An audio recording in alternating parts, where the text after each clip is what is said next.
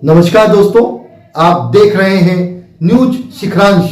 हम में है दम सच्चाई को सामने लाने का। जैसा कि माननीय विधायक महोदय जी ने उस दिन ये बातें की थी, चर्चा में लाई थी कि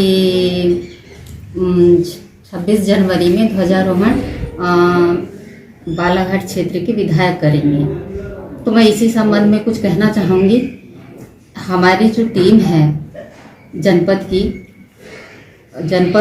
की जो टीम है उसमें सभापतियों द्वारा सामान्य प्रशासन की बैठक ली गई थी, जिसमें सामान्य प्रशासन में ये निश्चित हुआ था कि आदरणीय उपाध्यक्ष महोदय जी बस स्टैंड का झंडा लहराएंगे और जनपद के अध्यक्ष लहराएंगी। तो उनका ये भी आरोप था कि कुछ जनपद सदस्य थे विपक्षी वाले कि भी हम लोग उसके पहले ही इन्होंने कोरम पूरा करके और बैठक समाप्त कर दी। नहीं, ये गलत है। सामान्य प्रशासन की बैठक की बात है तो सामान्य प्रशासन में आप सभी जानते हैं नियम अनुसार वहाँ सभापति उपस्थित रहते हैं। तो इस आरोप को क्या मानते हैं आप? ये तो निरागल आरोप है। इसका कोई संबंध नहीं है इन चीज़ों से।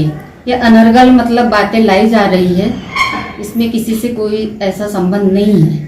ये भी कहा जा रहा था कि अधिकारियों कर्मचारियों पर दबाव बनाकर कार्ड छपवाए गए हैं।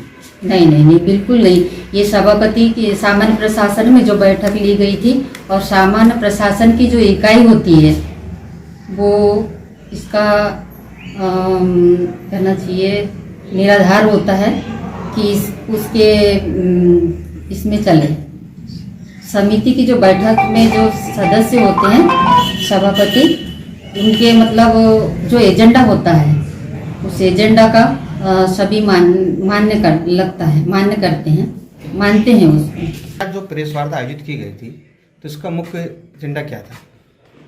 देखिए, जो 26 जनवरी को जो ध्वजारोहण जनपद के उपाध्यक्ष के माध्यम से हुआ है उसमें माननीय विधायक महोदय जी कई प्रकार के आरोप जनपद के कर्मचारी के ऊपर और अध्यक्ष उपाध्यक्ष और पूरी टीम के ऊपर लगा रही है।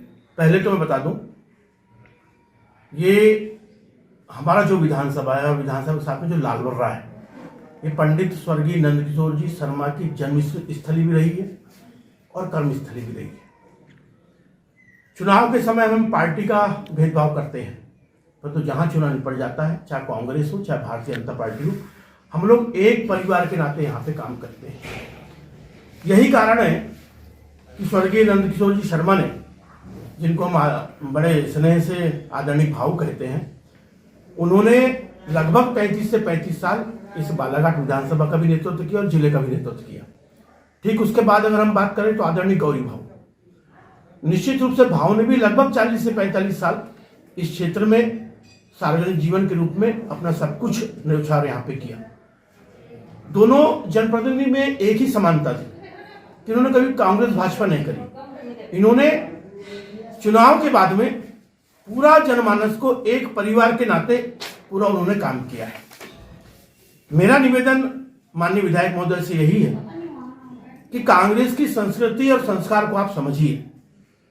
मैं इसलिए बोल रहा हूं कि कभी मैं भी आज सार्वजनिक जीवन में जुड़ा हुआ हूं, कभी मैंने इस प्रकार के वाद विवाद कभी नहीं देखे। अब रहा सवाल ध्वजारोहण का जो आता है, ध्वजारोहण के संबंध में मैंने पूर्व में भी कहा है कि जो पहले जो ध्वजारोहण जो होता था बस स्टैंड में, वो हम सबके स्वतंत्रता संग्राम सेनानी स्वर्गीय राम प्रसाद जी पाठक के द्वारा होता था।